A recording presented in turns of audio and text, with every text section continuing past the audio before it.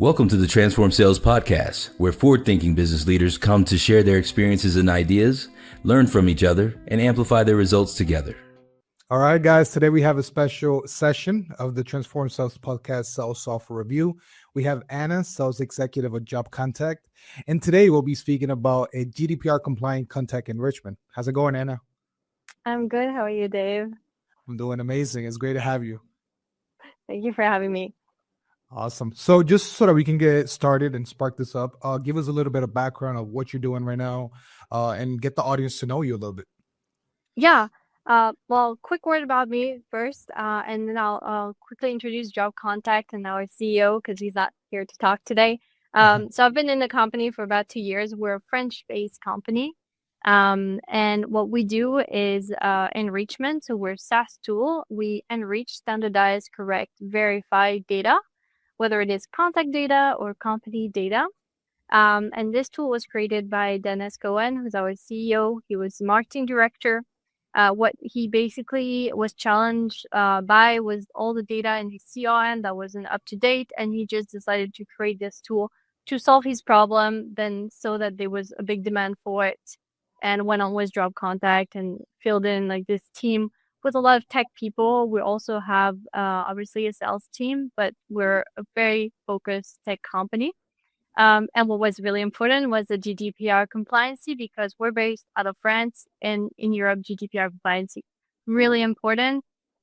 We can see it also shifting in the US. So this is what a lot of people come to us for. 100%. Well, thanks for sharing that. And just to get a little bit more in depth on what Dropcontact is doing, I also want to get into what alternatives were your customers using before approaching you for this type of solution. Yeah, so our customer, a lot of them had databases. So a lot of them came in with database, whether they were purchased, something they already own, from a merger with another company. Sometimes it's kind of obscure, like how they got it, or they purchased them, but they're not really sure what's data inside. Is it accurate? Was it actually purchased like legally? So that's like one of the source that they had before. Then they also use other enrichment tools. Same thing, not always knowing where the data is coming from and what's the quality and accuracy. And then they also use validation tools, since Dropcontact does enrichment and validation. So a lot of our customers have to use an enrichment and a validation.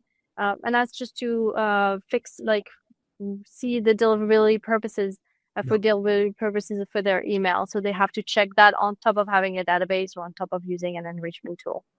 Got it. So I have a question. So for a lot of sales teams, what we've seen is that when there's data that's inaccurate, what tends to happen is that SDRs turn into BDAs. So now they have to go and validate more information. They got to do more research, right? So then a lot of the time prospecting get missed, right? Trying to deal with all this inaccurate data. So I feel like you're also enabling teams to be able to do what they do best, which is closing those deals. Is that correct?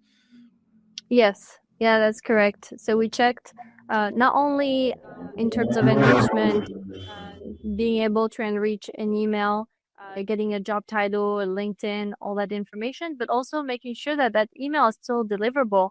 If they already have that data, but it's just sitting in their CRM or in a database, they don't know whether that person switched company, and super time consuming to go and look for every single person in your database and be like, well, this person's still there and they're still working there. And if they're not, where are they? And what's their contact information at the moment? Got it. And what are other challenges that your customers were running into with those alternatives that your software kind of helped them overcome? So accuracy is like a really big deal. Deliverability as well, because sometimes you're looking for, you're looking for Ana Lopez in a certain company, and some competitors will give you an email for Ana Lopez, but not in the company that you're looking for. But the thing is, you dropped a file that has 10,000 lines. So you're not looking at every single line, making sure the quality is there. But because they have an Ana Lopez in the database, they'll just give you an email. So they provide an email. So the enrichment rate is super high, but then you're actually not getting the right contact that you're looking for. For us, since we do it in real time and we don't use database, we only use algorithm, we have to search and generate that email address and test it and verify it. So if we Okay. don't find it, we'll tell you we didn't find it, but we won't give you a random email address that isn't good and is going to hurt your domain. Okay. So, for example, when let's say if I was the customer, right, what tends to be the deliverability percentage that most of those buyers have, and the success they have with you guys validating all those emails? So, what is an average? So it's going to really depend what industry you're looking for. So in Mhm. terms of industry, you have to make sure you're in B2B, Yeah. and that the people that you're looking for their email are using the domain that is registered to their company. So Okay. what I'm saying is, for example, if you're trying to reach out doctors, their emails are not always going to be at the hospital that they're working for. And a hospital is technically not really a company, at least in France. It's a bit different in other countries. But all these are going to lower your percentage depending on the industry. It's really hard to say, but the best thing is really to try it. This is why we offer free credit so our customer can test it out and see the percentage for their industry. Okay. So it's super important taking into account the industry you're looking to enrich those contacts with, right? Yes, all B2B is fine, but for very small things like restaurants, for example, often the manager is going to use a generic email address. So Yeah. generic is not our focus. We're really going to find personal, professional email address. When I'm saying personal, professional is like, I don't know, Ana Lopez at Dropcontact, but I'm not going to give you the contact at Dropcontact. We're not going to provide that. That doesn't have a lot of quality for you to reach out to contact at Dropcontact, for example. Got it. Got it. Thank you for clearing that out for me. Just wanted to have that question.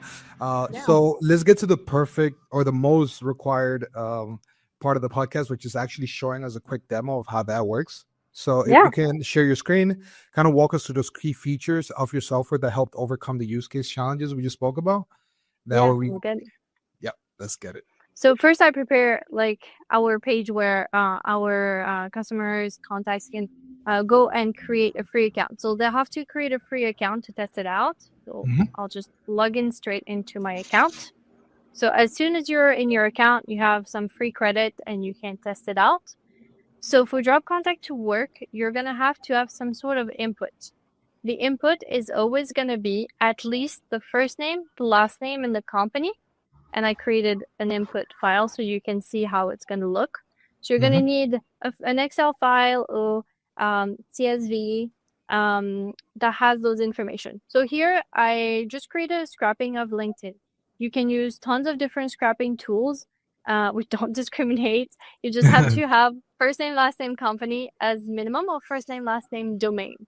So here you can see I even have a couple extra information because I scrapped from LinkedIn. I took some very famous CEO, as you can see. And then I have also location. If Yeah. you're looking for multiple location, we usually recommend that you have a country column. Here, everybody is in the US mostly. So I'm just going to go by default to the US because your account is going to be by default in one specific country. So you can switch country, no problem. But if you're going to do multiple country, just make sure you have that column that says country I'm looking for this person in France, this one in the US, this one in the UK, for example. Got it. So I'm going to drop my file. I'll just take my file right here. I'll just drop it. It's going to tell me how many credit I'm going to use. So credit is a line.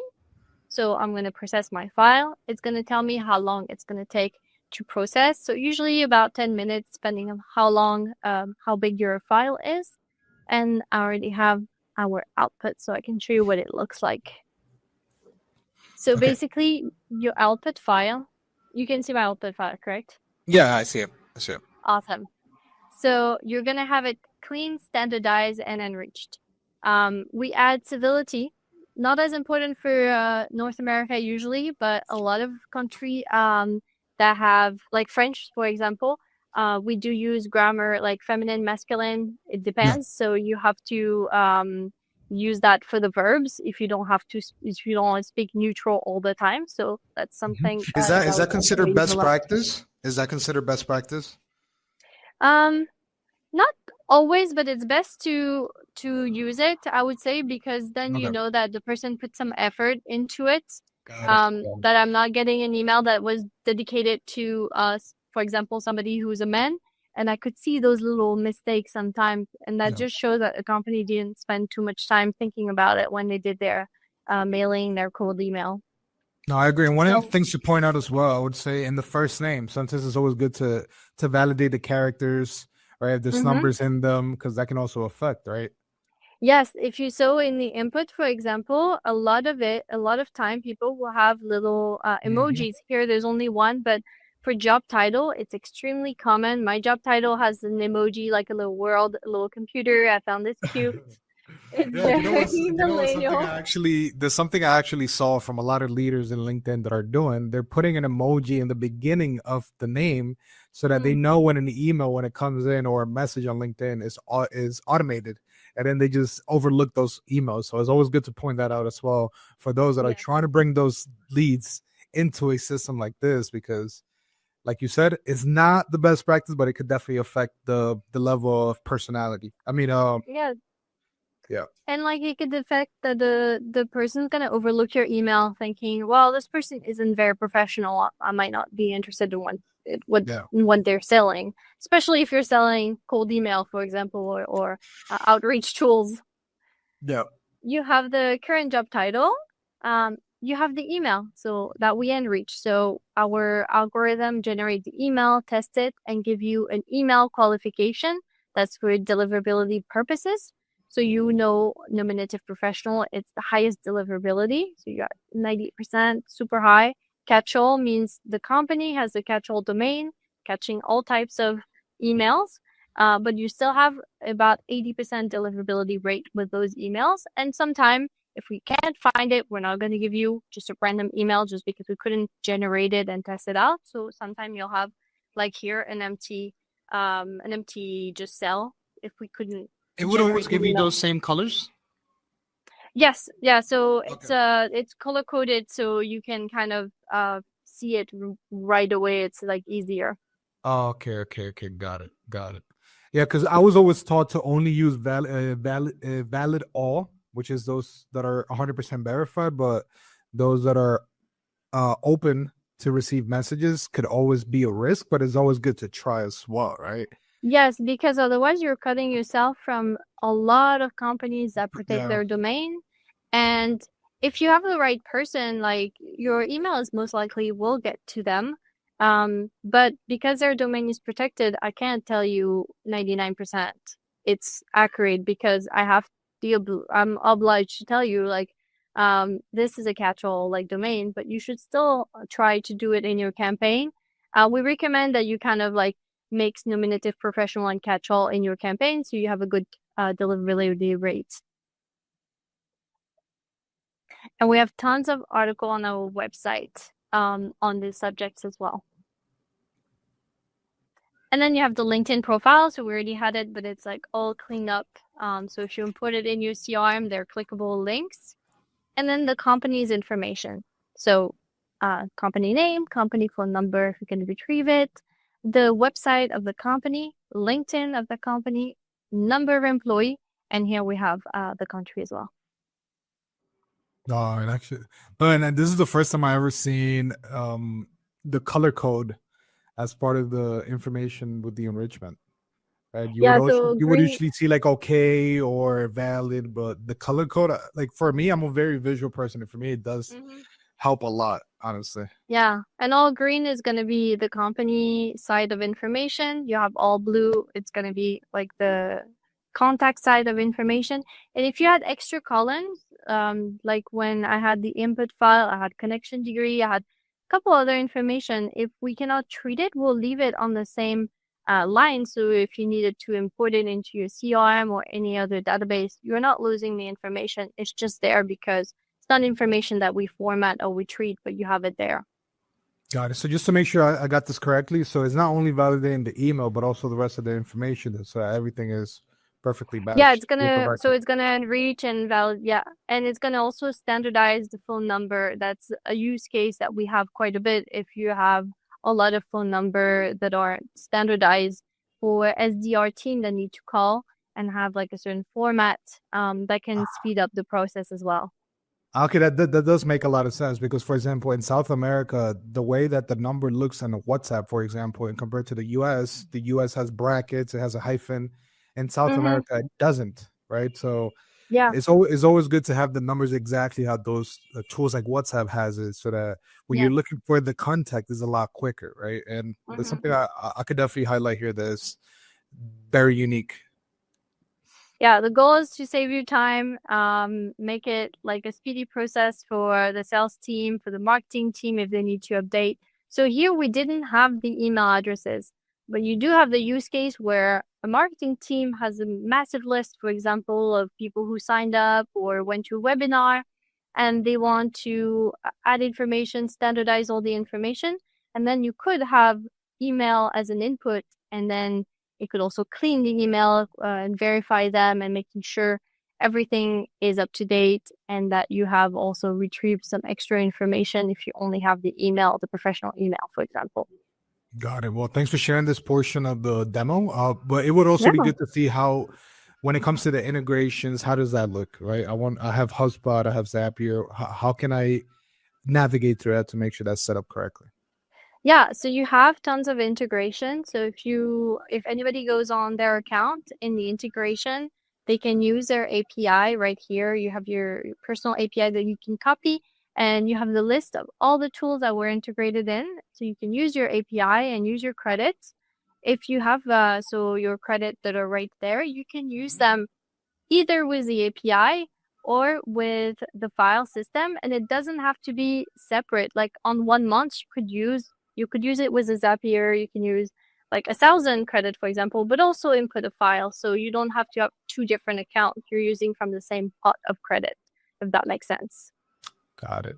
Awesome. Well, thanks for sharing that demo. I Yeah. did want to ask you a few questions in terms of like tasks, deliverables, and people that are involved in setting up this Yeah. software for this use case. So, what is one of the things that I should expect as a buyer? Who will be there to support me, and what are the best channels? Let's say I want to get support. Would it be chat? Would it be email? Would it be a quick call? What do you suggest to be the top performing channel? We have a really awesome customer service and support that is right there. So you have a lot of documents and resources that are already created where you could find your answer. So I definitely encourage to look at the blog or look at that little bubble where you're gonna have a lot of help already, a lot of tutorials also that we created. But you can always ask a question to the support and get your answer. We answer them in English, we answer them in French. Spanish is still a little bit harder, but we can use ChatGPT and we can make it work if you don't speak, for example, English or French. But yeah, the support is awesome. We have a really great team based out of France as well. Awesome. Do you guys have like a dedicated CSM to kind of set me up, or do you feel that the tool itself is very easy to navigate? And let's say within 5 to 10 minutes, I'll be able to use the tool. Is that the Yes, case? Okay. definitely. Yeah, definitely. So you can create an account super easily. All you have to do is go on our website. Sorry, it's right there. You go on our website, you do try it for free, and then you create your account. You can either create it like password and email, or you can do Google Connect. So very quick, very easy. You get 50 free credit to test it out. Okay. So Nice. with your 50 credit, you can test out a file. If you need extra help, there is a setup file, so you can see a file that is already made up that you can download, so you can already have the columns, and it's super simple. And if you have like trouble with, I don't know, just setting up the file, you can always and talk to support. Most people will figure out really easily. You don't have to have one account per company. You can have like several sales team members, or several people in marketing creating accounts, test it out. And if you're gonna purchase credits and everybody's gonna use the same account, then we usually recommend that you take like an account on like a contact, such as like marketing at your domain, so then everybody can log in and use their credit, for example. Awesome. So let me just recap everything just to make Mm-hmm. sure I understood correctly. So if I'm a new buyer, the main thing I should do is go into the tool, create my account, integrate the CRM, integrate the tools that I'm using, upload the existing files or use API in order to get that data in, and then make sure Yes. I set up all the preferences in order to set up the enrichment, right? Yes. There is a chat where I get support. The Mm-hmm. tool is easy for me to navigate. It's not going to require somebody to be there hands on to get me set up. So that means that if I have a sales team, right, anybody within the team can go ahead and understand how it works in a matter of 5 to 10 minutes, right? Yes, yeah, definitely. And if you are interested in to integrate it into your CRM, we have HubSpot integration and we do have Pipedrive integration. We're not going to go in details today, but they are available and we can do testing. But all that, we actually accompany like our customer. We do calls with them because it's a bit more in depth, but we are available for calls for that. Got it. Sorry, I just switched screen. No worries. But So yeah. one of the last questions that I like to ask, right, to set the expectations, what are the KPIs that I should look out for as a buyer to feel that I'm being successful with the tools, um, as an overall, right? What would be Yeah. something I should look out for? Overall, some really good KPIs is trying to look at how long your team is spending doing small things that could be replaced by a tool just like Dropcontact. So how much are they actually manually editing? How much are they looking for email by themselves? Like I have a customer who tell me like, I actually go and I look if we already have an email address for this person and I construct the email address and test it out. It's very time consuming. Don't really recommend that because it takes a lot of time. So how long your team is spending, um, just thinking, asking them those questions, like making sure they understand what are their capabilities and like what they could just supplement with a tool like that. And then your bounce rate as well for your email, making sure like do you have a high bounce rate? And also like the database, how old is your database? Do you actually update it often? And also like you're looking at in general, you're looking at 25% to 33%. That's the industry rate. So from one year to another, if you purchase a database, your database is just gonna be like really bad because you're losing all these information. You have those people that you have contact with, but they switch company and you have no idea. So you definitely want to look at how old is your database, how big it is, and could you actually be making 25% lead on top of what you already have without investing into a lead generation, but only investing into the data that you already own. Got it. Got it. I do want to ask the last question to kind of close this Mhm. off is, do you guys also enrich LinkedIn profiles? So for example, if I import a list of profiles, right, and maybe the LinkedIn is, they change the URL or it's no longer the same link, do you guys also enrich the LinkedIn? Yeah, if you have a first name, last name, and a company, we will look for the LinkedIn profile and the job title. So it's not going to be 100% of the time, but you will get some LinkedIn, just like I showed here. Okay. We already had the LinkedIn, but if I Got didn't have it, we would get some LinkedIn and some job title retrieved.